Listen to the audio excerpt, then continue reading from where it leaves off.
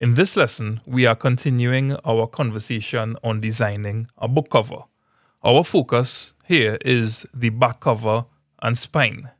In the previous lesson, we spoke about designing the front cover. We spoke about your book sitting on a bookshelf in the company of other books, and the front cover being the thing that attracts the potential reader. And hopefully, our front cover has inspired the reader to pick up our book. Congratulations, your front cover worked. It convinced a potential reader to pick up your book. Now they're going to the back cover. And why are they going to the back cover? As you design your back cover, bear in mind that your goal is to build the intrigue and convince the reader to buy your book. The back cover includes a blurb or the book description, and this is typically 150 to 200 words. The back cover contains book reviews, if any. If you are a first-time author and you're wondering where you could find reviews, turn to your newspapers, your local newspapers. Identify the book reviewers, reach out to them, send the book reviewer a sample. Tell them you hope to publish your book by a particular date, and if they opt it, you would love if they would send a review. The back cover also includes an author bio. The picture is optional, and it contains an ISBN and barcode. When we discussed the elements of the front cover, we also established that we should play by certain rules. The back cover plays by certain rules as well. On the back cover, make your book description or book reviews the focus point. And put your author bio, ISBN, and barcode on the bottom quarter of your book. In my second book, I followed this format. On the back cover, I included the title of the book and the subtitle. There's the blurb, which is 100 to 200 words.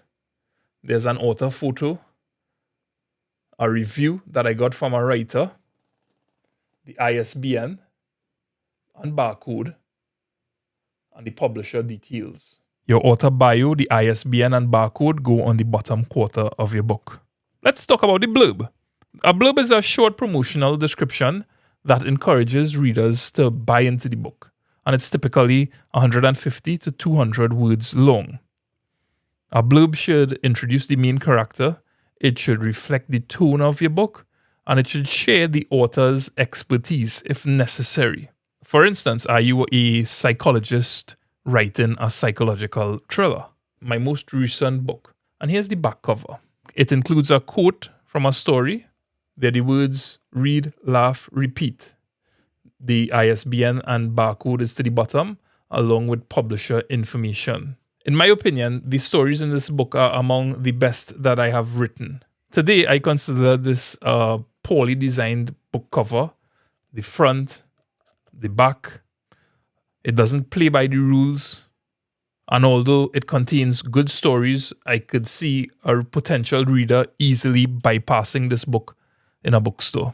I plan to redesign this cover and resubmit it to the online publishing platform that I use. So the good news is that as a self-published writer, you have the opportunity to modify elements of your book as you go along. We were talking about the blurb. The blurb should introduce the main character. It should reflect the tone of your book and share your expertise. In a later lesson, we'll talk about how we could use artificial intelligence to write a blurb given the contents of existing stories. Let's talk about the spine. Imagine books stored vertically on a bookshelf. Your book is on this bookshelf. All that is visible is the spine of your book. Depending on the thickness of your book, meaning the number of pages it contains and the width, your spine may or may not include text. In this example, the spine includes the title of the book, it includes the author's name, and a logo or the publisher's imprint. Something I'll quickly note is that the elements on the front cover, spine, and the back cover, they align themselves so that it gives some form of symmetry or uniformity to your book. Perhaps this is a better example where the title of the book lines up with the title of the book on the spine and the title to the back. So these elements correspond with each other. In a later lesson, when we attempt to design a book cover, we'll see how to align these different elements.